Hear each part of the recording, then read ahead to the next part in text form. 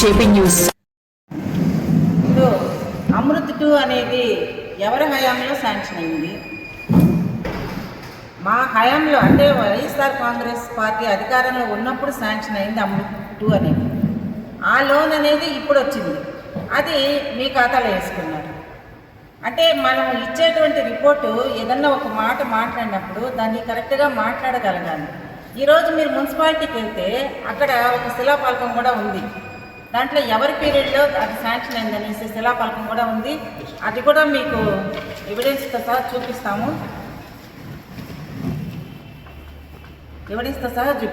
ఈరోజు అక్కడే ఉంది, మున్సిపాలిటీ ఎక్కడికి పోలేదు, శిలాఫలకం ఎక్కడికి పోలేదు. మీరు వెళ్ళి చూడండి. ఇది ఎట్టుందంటే ఎవరో బిడ్డను మనం ఎత్తుకొని ముద్దులాడినట్టుంది తప్పనిచ్చి మన సొంత బిడ్డను మనం ముద్దులాడినట్లేదు. అది మనం సంపాదించింది ఏదన్నా ఉంటే క్రెడిట్ మనం చెప్పుకోవాలి. ఎవరెవరో చేసినవన్నీ మా అకౌంట్లో పడ్డాయి అని అంటే అది ఎంతవరకు కరెక్టో నాకు అర్థం కావడం లేదు. మనం మాట్లాడవచ్చు, విమర్శించవచ్చు, కాదని చెప్పలేదు. ప్రభుత్వం మీది, మీరు ఎన్నైనా విమర్శించవచ్చు, ఏమన్నా మాట్లాడచ్చు. ఇది రాజ్యాంగం మనకి ఇచ్చినట్టు హక్కు. మనం ఏదన్నా కూడా ప్రజాస్వామ్యంలో ఉన్నాము. ఎవరినైనా ఏదైనా అడిగేటువంటి రైట్ మనకుంది. సమాధానం చెప్పడం చెప్పకపోవడం అనేది అది వాళ్ళ ఇష్టం, మనకి దాని గురించి ప్రశ్నించే ఇది లేదు. కానీ ఇది ఎవరి పీరియడ్లో శాంక్షన్ అయింది? మీరు మీడియా మిత్రులందరూ కూడా మున్సిపాలిటీ మీటింగ్ జరిగినప్పుడు విడిగా కూడా వెళ్తుంటారు, అక్కడ శిలాఫలకంలో చూస్తుంటారు. ఒకసారి దాన్ని కూడా గమనించండి. తర్వాత అభివృద్ధి జరగలేదు అన్నారు. మా ప్రభుత్వంలో జగనన్న గారు లేఅవుట్ వేసిన తర్వాత, జగన్ కాలనీ అనేసి ఒక కాలనీ వచ్చిన తర్వాత దాదాపు 2000 పైన ఇల్లు కట్టించడం జరిగింది. ఇంతకన్నా అభివృద్ధి అనేది ఎక్కడా జరుగుండదు. మీరు చెప్పుకోవచ్చు, దాంట్లో పోల్చుకుంటే కాలు భాగం అభివృద్ధి కూడా ఈ 2 ఏళ్లలో మీరు చేయలేదు. అది వెంకటగిరి ప్రాంత ప్రజలు కాదు కదా, రాష్ట్రం మొత్తం మీద కూడా చెప్తాను. జగనన్న పీరియడ్లో జగనన్న లేఅవుట్ అనేటువంటిది ఒకే చోట 2000 పైచిలకు మన వెంకటగిరిలో మనం ఇల్లు కట్టించి ఇచ్చామని చెప్తే అంతకన్నా అభివృద్ధి అనేది కనపడుతుందా? కనపడలేదు. వెంకటగిరిలో ఇంత పెద్ద వెంకటగిరిలో చేనేతలు అనే వాళ్ళు ఎక్కువ మంది ఉన్నారు. ఈ చేనేతలకి జగన్మోహన్ రెడ్డి గారు ఇచ్చినటువంటి హామీ ఏంటంటే సంవత్సరానికి 24,000 ఇస్తామన్నారు. మాట తప్పకుండా కరోనా టైంలో కూడా 24,000 ఇచ్చినటువంటి దాఖలాలు జగన్మోహన్ రెడ్డి.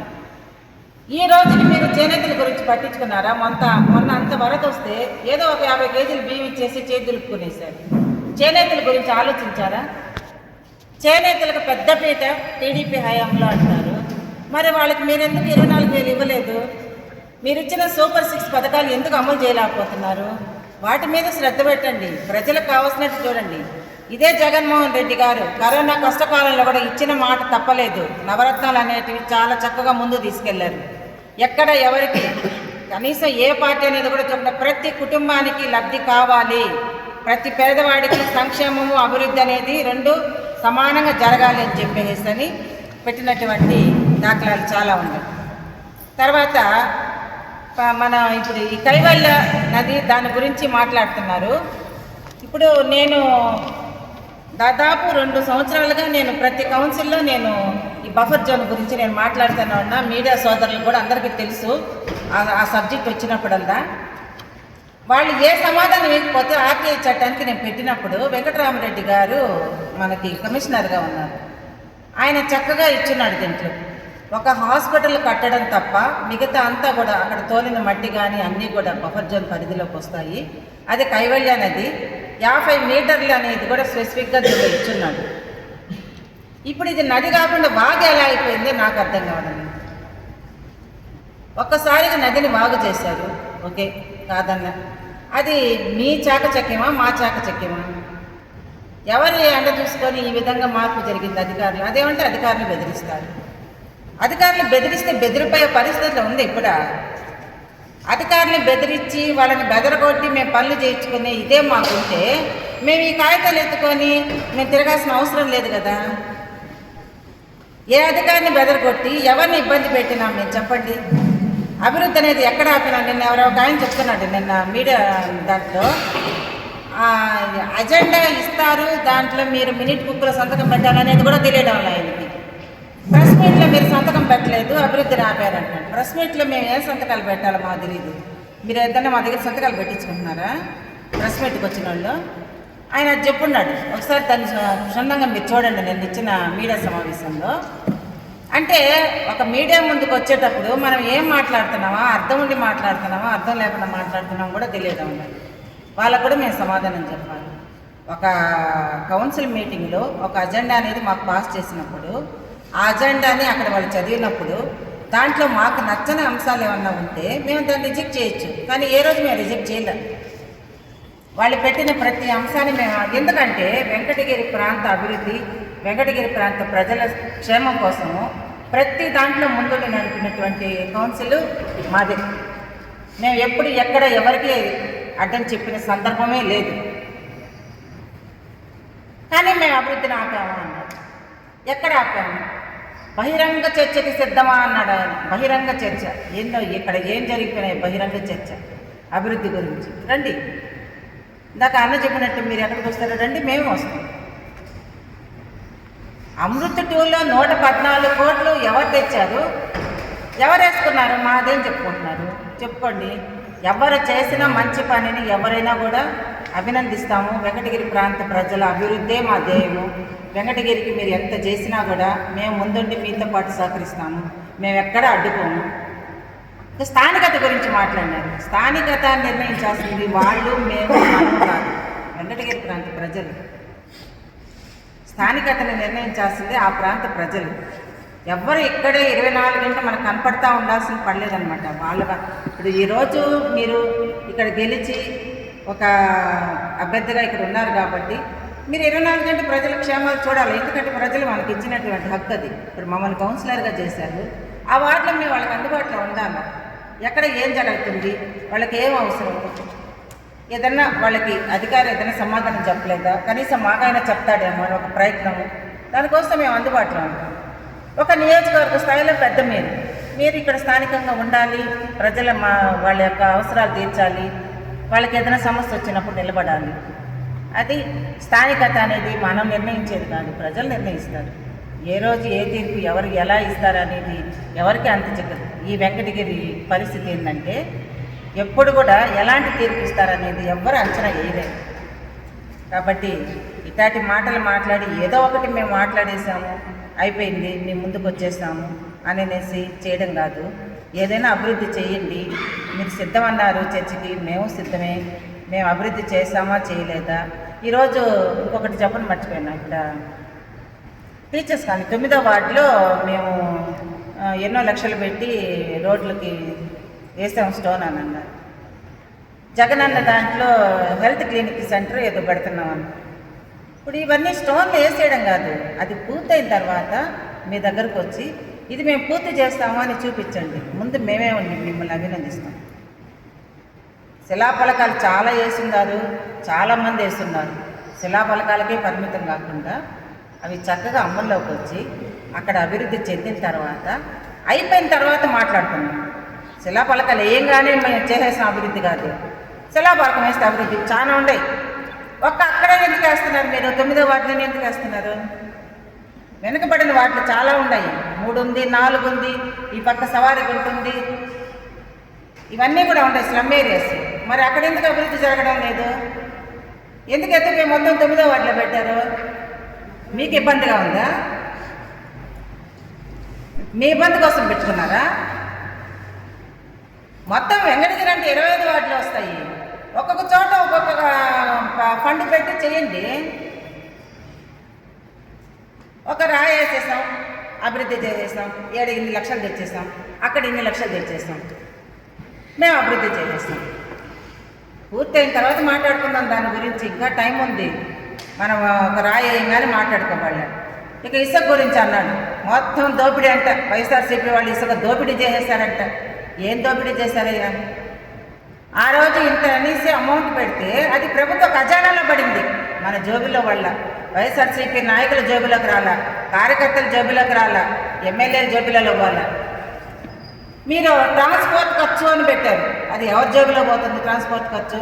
ఎవరు పెట్టమన్నారు మిమ్మల్ని ట్రాన్స్పోర్ట్ ఖర్చు? ప్రజలు అడిగారా? పెట్టబడలేదు, అవసరం లేదు. వాళ్ళే అక్కడికి వస్తారు, వాళ్ళకి ఎంత ఇసుక కావాలో అంత తీసుకుంటారు. జగన్మోహన్ రెడ్డి గారు మాత్రం ఇసి అమ్ముకున్నాడు. అమ్ముకొని ఆ ఇంటికి ఎందుకు పోయినాడా? ప్రభుత్వ ఖజానాలో పడింది. ఒక మాట మాట్లాడేటప్పుడు మనం కూడా కొంచెం ఆలోచించుకొని దానికి సమాధానం మనం చెప్పగలిగే విధంగా మాట్లాడుకుంటే బాగుంటుంది. అందరం ఇక్కడ లోకల్గా వెంకటగిరి ప్రాంత వాసులమే. శిలాఫలకాలు వేసేసి రాళ్ళు వేసేసి మేము అభివృద్ధి చేస్తాము, ఇన్ని లక్షలు తెచ్చాము, అన్ని కోట్లు తెచ్చాము, తెచ్చి ఎవరు అభివృద్ధి చెందారు, ఎక్కడ అభివృద్ధి చెందింది, పూర్తయిన తర్వాత దాని గురించి మళ్ళీ మనం మాట్లాడుకుందాం. ఒక మున్సిపాలిటీ అభివృద్ధి కాలేదు, మున్సిపాలిటీ అభివృద్ధి కాలేదు, ఎక్కడ అవుతుంది? 2 ఏళ్ళుగా మీరు వచ్చాక యాడ్ నుంచి అవుతుంది అభివృద్ధి? కాబట్టి ఇలాంటి మాటలు మాట్లాడకుండా ఆయన ఎవరో చర్చకి సిద్ధమా అన్నాడు. ఆయన రమ్మని చెప్పండి, ఎప్పుడు వస్తాడో, ఎక్కడికి వస్తాడో అన్నీ ఆయనే ఇవ్వమని చెప్పండి. ఆయన చెప్పినట్టు టైము, ప్లేసు, డేటు అన్నీ ఆయనే ఇవ్వమని చెప్పండి. మీ ద్వారానే చెప్పించండి. ఆయన చెప్పడానికి ఇబ్బంది అయితే మేము అక్కడికి వస్తాము. ఆయన చేసిన అభివృద్ధి చెప్పమనండి, మేము ఆపిన అభివృద్ధి ఏదో అడగమనండి, మేము సమాధానం చెప్తాం. కాబట్టి మీరందరూ సహకరించినందుకు అందరికీ నాకు ధన్యవాదాలు తెలియజేస్తున్నాను. Thank you. సమావేశం పెట్టడం జరిగింది. అభివృద్ధి మీద మా నాయకుల మీద మాట్లాడడం జరిగింది. మా నాయకులు పై స్థాయి నుంచి కింద స్థాయి వరకు ఎక్కడ పొరపాటుగా మాట్లాడరు. జగన్మోహన్ రెడ్డి కావచ్చు, రామ్ కుమార్ రెడ్డి గారు కావచ్చు, చేసిందే చెప్తారు, చెప్పిందే చేస్తారు. అది మీరు తెలుసుకుంటే చాలా మంచిది. అలాగే అభివృద్ధి అంటే ఈరోజు మా వార్డులోకి వెళ్దామండి. కనీసం మా ప్రభుత్వం హయాంలోనే 7 కోట్ల రూపాయలు అభివృద్ధి చేయడం జరిగింది. ఎక్కడైనా మీ ప్రభుత్వం ఉన్నప్పుడు అంత అభివృద్ధి చేశారేమో చూద్దామండి. మీరు ఎవరు వచ్చినా అభివృద్ధి ఎక్కడ చేశామనేది కూడా మేము చూపించగలం. అలాగే పేద ప్రజలకి సంక్షేమ పథకాలు అనేటివి ఎంత సహకరించాయో, ఎంత వాళ్ళని బ్రతికించడానికి కరోనాలో సహాయపడ్డాయో, అలాంటి సంక్షేమ పథకాలు కరోనాలో అయినా ఏ ఒక్కటి ఆగకుండా ఈరోజు సచివాలయాల్లోకి వెళ్ళి ఎంక్వైరీ చేయండి. సచివాలయ బోర్డులు పెట్టాం మేము ఆ రోజు. ప్రతి సచివాలయంలోకి వెళ్ళి చూడండి. 30 కోట్లు 40 కోట్ల రూపాయలు సంక్షేమాలు అందించాం మేము. అది అభివృద్ధి కాదా అని మేము అడుగుతున్నాం. ప్రతి పేదవాడిని కాపాడడంలో మా ప్రభుత్వం ముందుంది. ఆ రోజు మా నాయకులు కానీ మా ప్రభుత్వం కానీ ముందుండి వాళ్ళని బ్రతికించడం జరిగింది. కరోనాలో తిండికి కూడా ఇబ్బంది పడే వాళ్ళని కూడా సంక్షేమ పథకాలు చాలా ఆదుకున్నాయి. ఈరోజు ప్రతి సచివాలయంలో బోర్డులు ఉన్నాయి. మీరు పరిశీలించిన ఆ రోజు మేము చేసాము. ఈరోజు మీరు పోయి చూడండి. కోట్లు మేము సంక్షేమ పథకాలు అందించాము. కరోనాని కూడా లెక్క చేయకుండా జగనన్న ఇచ్చిన మాట కోసం నిలబడి ఇవ్వడం జరిగింది. అలాగే వెంకటగిరి మున్సిపాలిటీలో గతంలో ఇందిరమ్మ ఇల్లు బొగ్గులు మెట్టి ఇచ్చాము. తర్వాత జగనన్న ప్రభుత్వంలో వైఎస్ఆర్ కాంగ్రెస్ పార్టీ వచ్చిన తర్వాతే 2000 చిల్లర ఇల్లు పెద్ద లేఅవుట్ వేసి దాన్ని చదరం చేసి వాటర్ పైప్ లైన్ వేసి ఇవ్వడం జరిగింది.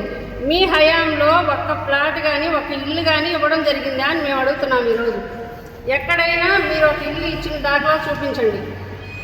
ఇవన్నీ అభివృద్ధి కాదా? మీరు కనిపించడం లేదా? మీరు కళ్ళకు గంతలు కట్టుకుంటే దానికి మేమేం చేయలేము. కానీ ఒకసారి మీరు కళ్ళు తిరిగి చూస్తే వెంకటగిరిలో ఎవరు అభివృద్ధి చేశారనేది మీకు స్పష్టంగా తెలుస్తుంది. కానీ అది చెప్పుకోలేక మేం చేసామంటే అమృత 2 తెచ్చింది మేమైతే మీ ఖాతాలో వేసుకుంటే దాన్ని ఎవరు ఏం చేయలేదు. కానీ ప్రతిదీ మీరు మేం చేసామంటే అప్పుడు మీరు చూపించండి. ఇప్పుడు మా నాయకులు అన్నట్టు మీ చర్చికి మేము వస్తున్నాము, మేము సిద్ధం అన్నప్పుడు మేము సిద్ధం చేసినప్పుడు మేము ఎందుకు భయపడతాము? మీరు చేయకుండానే మీరు సవాల్ చేస్తే మేము చేసిన వాళ్ళకి ఇంకా ముందుకు వస్తాము. మీరు టైం చెప్పండి. మేము చర్చికి సిద్ధంగానే ఉన్నాము. ఎవరు వెనకాడు. మేము చేసిన అభివృద్ధి మీ కళ్ళకు కట్టినట్టు చూపిస్తాం. అంతేగాని మీరు ఏదో మా నాయకుల గురించి మాట్లాడము, మా నాయకులు ఎప్పుడు తప్పుగా మాట్లాడరు. అది గుర్తుపెట్టుకొని మా నాయకులు అడిగిన వాటికి సమాధానం చెప్పేలాగా మీరు చెప్పాలి. కానీ మీరేదేదో మాట్లాడుకుంటూ మన వెంకటగిరి గురించి మాట్లాడకుండా ఎక్కడెక్కడో గురించి మాట్లాడుతూ మీరు ప్రెస్ మీట్ పెట్టడం భావ్యం కాదని భావిస్తున్నాం. అలాగే ఈ అవకాశం ఇచ్చిన పెద్దలందరికీ ధన్యవాదాలు.